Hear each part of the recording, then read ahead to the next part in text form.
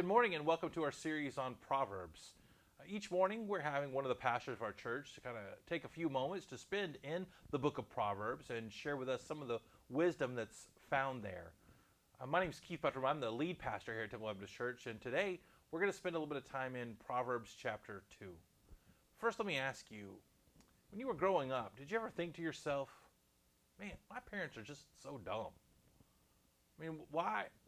Why won't they just let me do the things I want to do?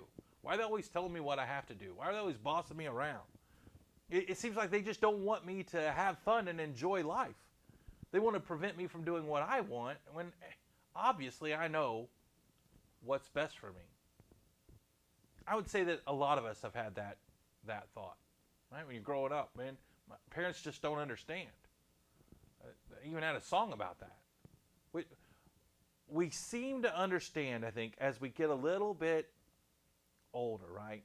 Go through the years, we get a little bit of experience, get a little bit of wisdom, get a couple of kids, and we start to understand maybe, just maybe, our parents knew a little bit more than we gave them credit for, right?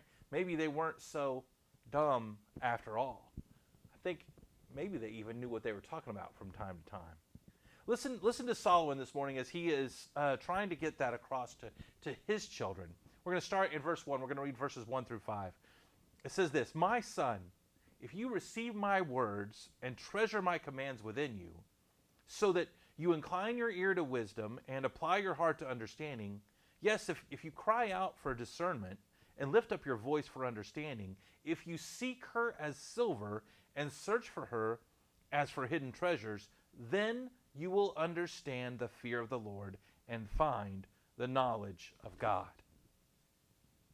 Solomon is saying, listen to me, son. I just want to share wisdom with you. I just want to help you out so that you can make better choices. Maybe even some of the areas that I didn't make the best choices.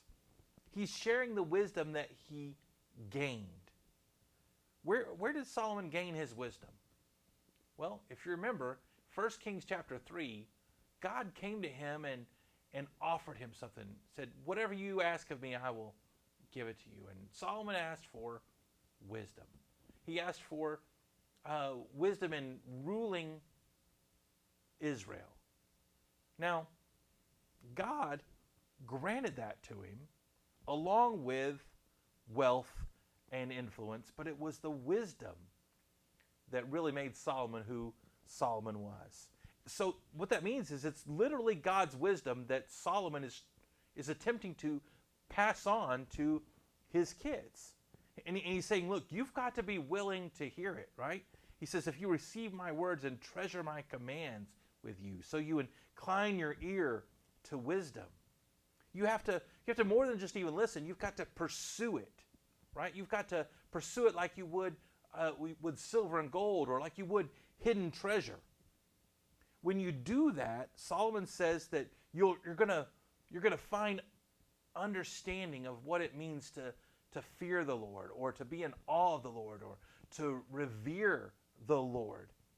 And you'll find the knowledge of God. So we've got to be seeking after wisdom. How do we do that? I think we have to make sure that we are listening to wise counsel. Right? We listen to people that already show that they have wisdom. And when we hear it, we've got to pay attention. There's a lot of times that wisdom is shared some form or fashion, and we're just not really paying attention. So we've got to listen to wise counselors. We've got to pay attention when we hear it. We've also got to spend time in God's Word. That's where we're going to find God's wisdom already revealed to us. So we've got to spend time in His Word. We also have to pray and ask God for wisdom. Because James 1:5 says that if any of you lacks wisdom, let him ask of God, who gives all liberally and without reproach, and it will be given to him. So if we ask God for it, God's waiting to give us wisdom, right? So he wants to give that to us. He wants to help us to make wise choices, to have discernment in important and difficult situations.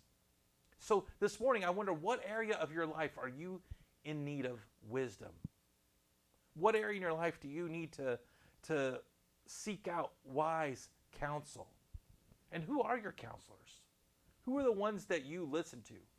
Do they really show wisdom themselves? Because if they don't, maybe they shouldn't be your counselors, right? Are you spending time in God's Word? Are you spending time reading it and studying it and figure out what is it that God has already said to me? Have you asked God for wisdom? Because he gives wisdom to all of his children that ask and that are following after him. Solomon told his kids to listen to your dad because he had the wisdom to share with them, and it was wisdom from God. I think we might need to take a little bit of that ourselves today. Take it to heart. Let's seek God's wisdom. Let's seek it like it's the buried treasure that when we were kids, we found in our backyard, or we thought we would find in our backyard, man. We would dig and dig and dig until we struck something, right? Until our parents said, hey, that's enough of that. We don't need that hole in the backyard. But that's the way we need to seek after wisdom, like it's buried treasure.